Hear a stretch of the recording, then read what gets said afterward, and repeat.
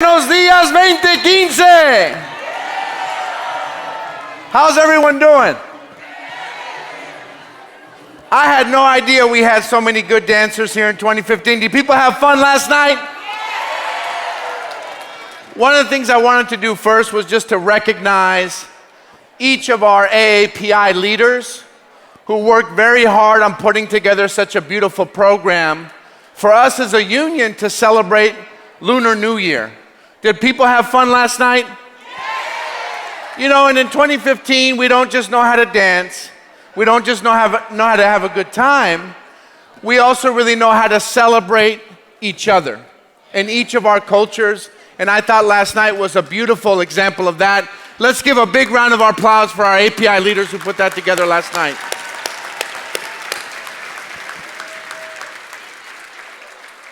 Not only did we celebrate, we also got to work.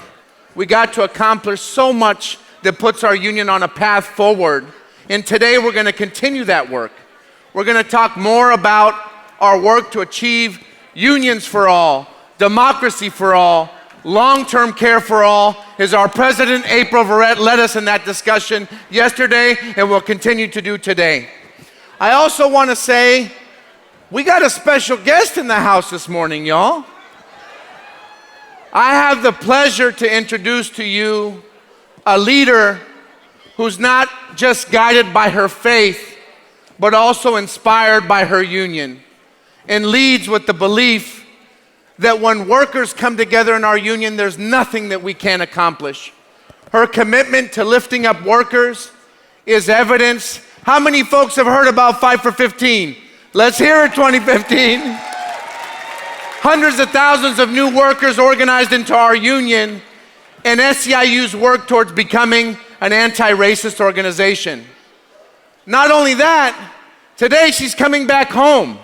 She has a strong legacy here in California, where I, as a young organizer right here in Los Angeles, got a chance to see her impact on our families and the work that we were doing here in California about 20 years ago.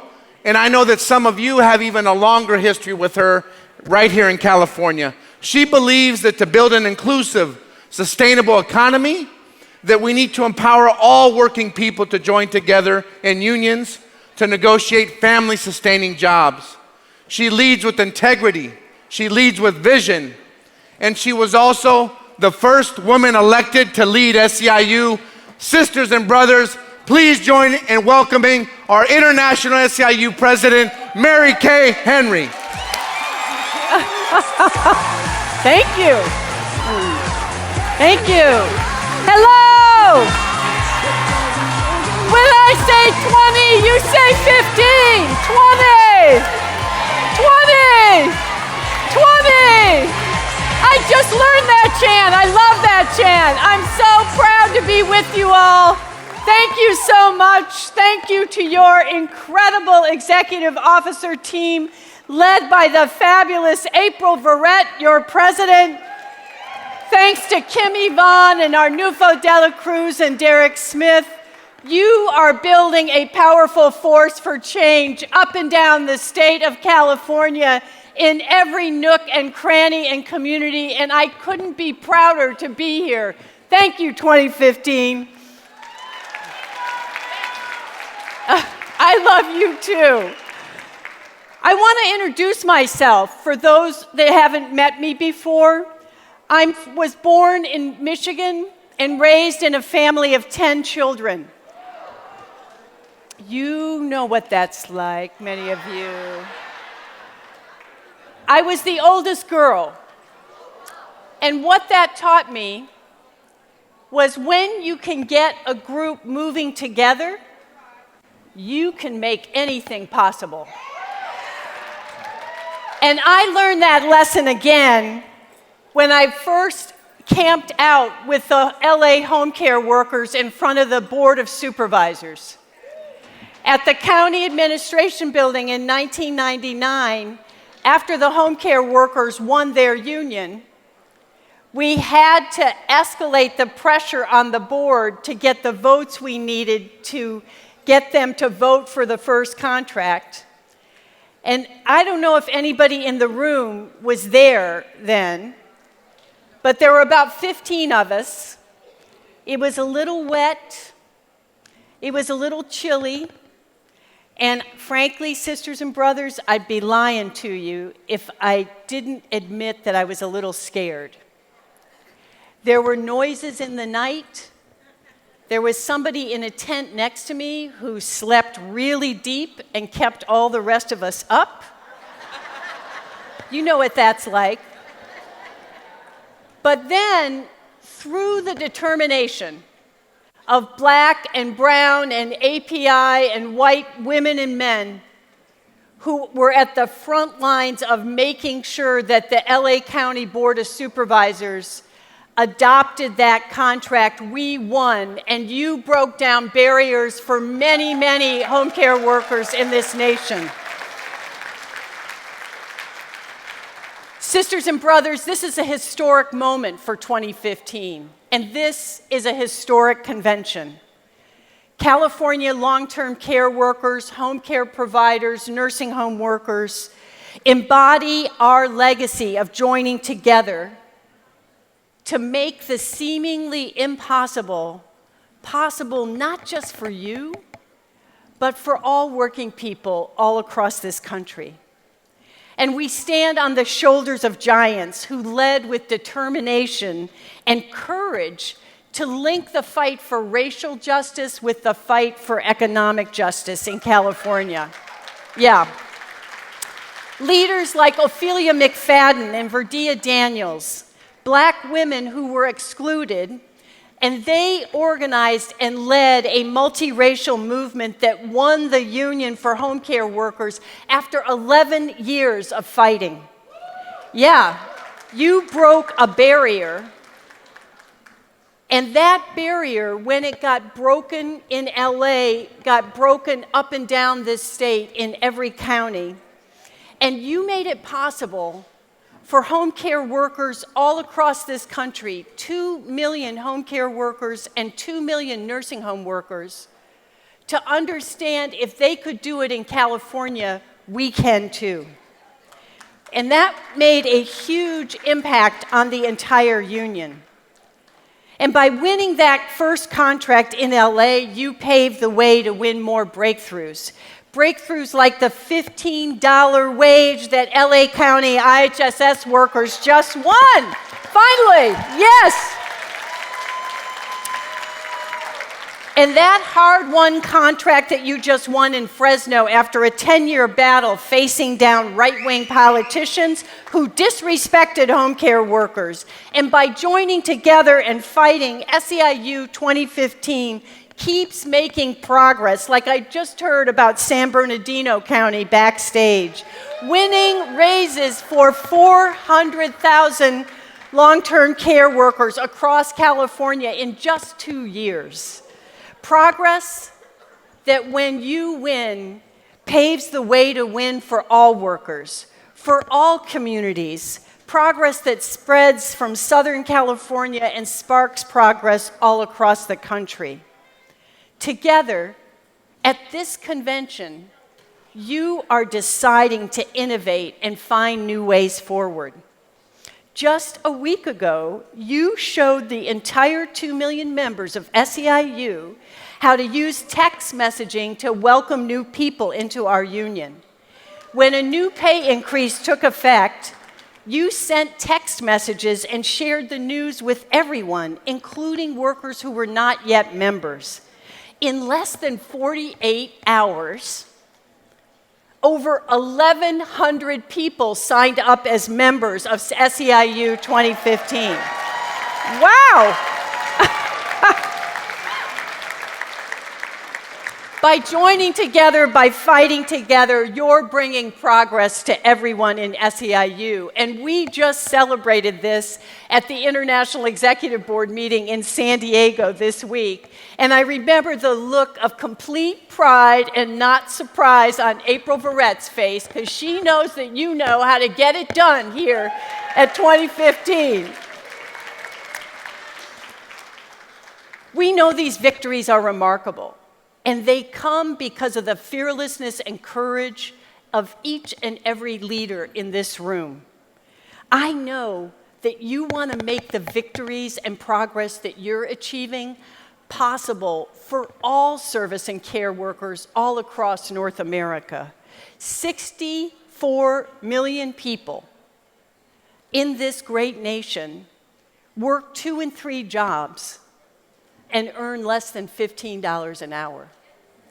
And we know that the problem is that corporate power, together with racist structures, block us from being able to unite together as working people so that we can overcome their divide and conquer tactics. We know that this economy was built on the painful legacy of exploiting black people who were forced into ships against their will to provide labor in the United States. And that legacy of slavery didn't die with emancipation. The racist exploitation of labor continues today and has many forms since then. It has many names: sharecropping, Jim Crow, a broken immigration system, the threat of deportation, the separation of families at the border, the dehumanizing of black and brown labor concentrated in poverty wage work that is not by coincidence and it's not by accident. It is because a system structures it that way. And we know that the result is an economy of unfair pay, low wages, and a struggle for voice and protection on the job that have left millions of families struggling no matter how hard they work.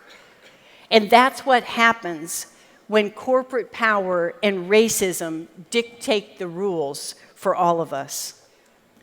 We know from our experience in this room and throughout the labor movement that when we try and form unions, the employers try and divide and conquer us from each other.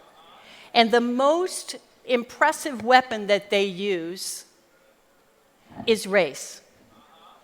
We know in nursing homes, nursing home workers could teach us all this. They taught me this in Fresno in 1980s when I was organizing with nursing home workers. The employer pits the black and brown workers in laundry, dietary, and housekeeping against the Filipino nursing assistants. Am I right about that, sisters and brothers? Yeah. And we know that they do that in order to keep us weak and divided and unable to join our union. But 2015, showing them that we are not standing for those divide and conquer tactics.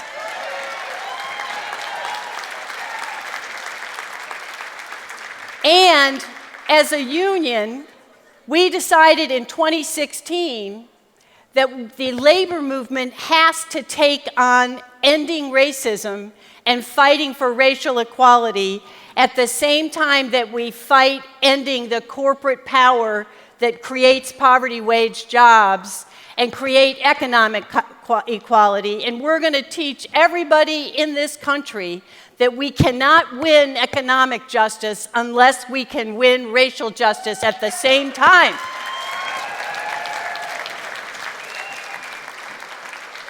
And that's why I was so proud to hear as I walked in this morning that 2015 is leading the way by resolving and voting to become an anti-racist organization in SEIU.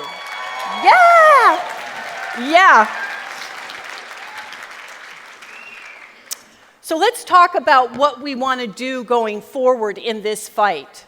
You heard from your president, April Verrett, yesterday that we are going to link the fights for long-term care for all, unions for all, and democracy for all because we are committed to winning justice for all. And what I was asked to do a little bit today was talk about what do we mean by unions for all. Unions for All is our vision that we're going to unite the power of millions of service and care workers to tear down the racist structures that divide us from each other and to tear down the corporate power that is holding that racism in place. Now it's time to go on the offense by fighting for millions more in-home caregivers and nursing home workers to win the right to join our union. We're not just fighting to survive and pushing back on Harris v. Quinn. We're throwing the doors of our union open and saying, all 2 million home care workers, you have a home in our house. All 2 million nursing home workers, you have a home in our house too. Is that right, sisters and brothers? And one of the ways we're going to do that is by demanding and organizing to change the law to give long-term care workers the power to sit at a negotiating table with decision makers across the long-term care system so that they don't divide us from IHSS, agency, small businesses, nursing home workers. We want everybody who's getting long-term care to sit at a powerful statewide table with 1 million workers and our government and their employers together and making it possible for everybody to have a union in this state. We gonna make that happen 2015? Okay. And we're not just gonna stop there. In order for home care workers to be able to build your table and have your union, for everybody in this state, we're going to fight for it across the United States by insisting that the federal government increases Medicaid and Medicare dollars so that everybody can lead a decent life. Because you and I both know $15 is progress, but we're not stopping at $15. We're going to make these jobs the jobs that auto workers had in the last century and make them the foundation of the most inclusive American middle class this country has ever seen. Home care workers having good family-sustaining jobs where you can do one job and have health care and retirement and education for your kids, that's the kind of job that Unions for All is seeking to create. And we're not just going to stop there. What about the 4 million fast food workers who are employed by the richest companies in the world, where their CEO earns $10,000 an hour and the fast food workers earn $10 an hour? We're sick and tired of that poverty wage work that locks in black and brown workers. We want those jobs to be good jobs that people can get education and training and do whatever they want with their lives, including staying in fast food. But McDonald's, Wendy's, and Burger King, they're going to be told by the president we elect this November, come sit down in the Oval Office because we want a union for all fast food workers. Yeah. And then, sisters and brothers, how many of you have been in and out of LAX, Oakland Airport, SFO in this room? Those are all jobs that we see in those airports that used to be middle-class jobs where people worked one job and their kids did better than they did. And guess what's happened? Those airlines subcontracted out those jobs, and now they're poverty wage jobs. Some of them are tip jobs where the workers are not allowed to ask for tips. No guaranteed hours, no health benefits, no pension, no paid time off. Home care workers remember those days, don't you? Well, now there's 2 million airport workers in this country that have been thrown back into the conditions that you've bargained your way out of. And we want to throw the doors of our union open and make sure every airport worker, black, white, and brown, has the right to sit at a table and bargain a better life too. Is that all right, sisters and brothers?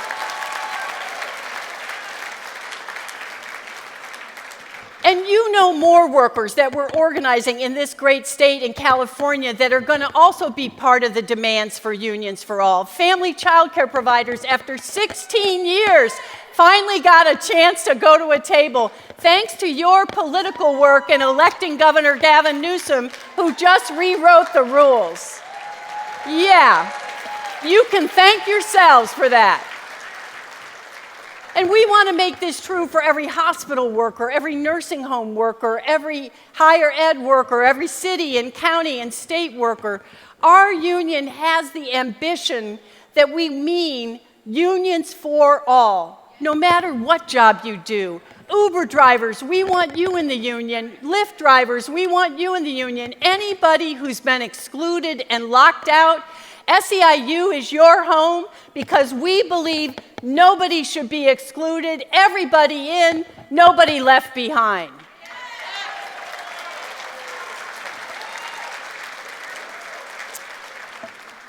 So we're cooking with gas, imagining unions for all. Is that right?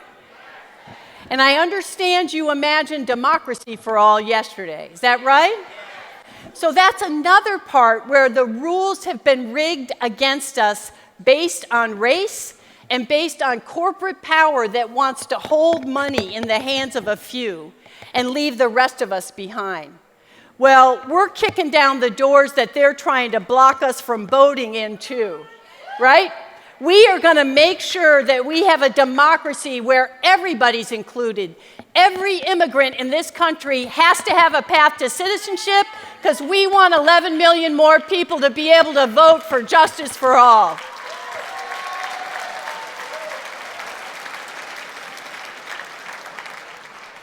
We're going to demand democracy for all, and we're going to fight for inclusion so a strong leader like that amazing woman, Stacey Abrams, who ran for governor of Georgia, won't have an election stolen from her again because black and brown voters were purged off the rolls, and they illegally elected the guy who's now the current governor. We're going to take our democracy back so that everybody has a say about their future. So the people of Flint, Michigan have the power to make their own decisions about their community and where their water comes from, for God's sake.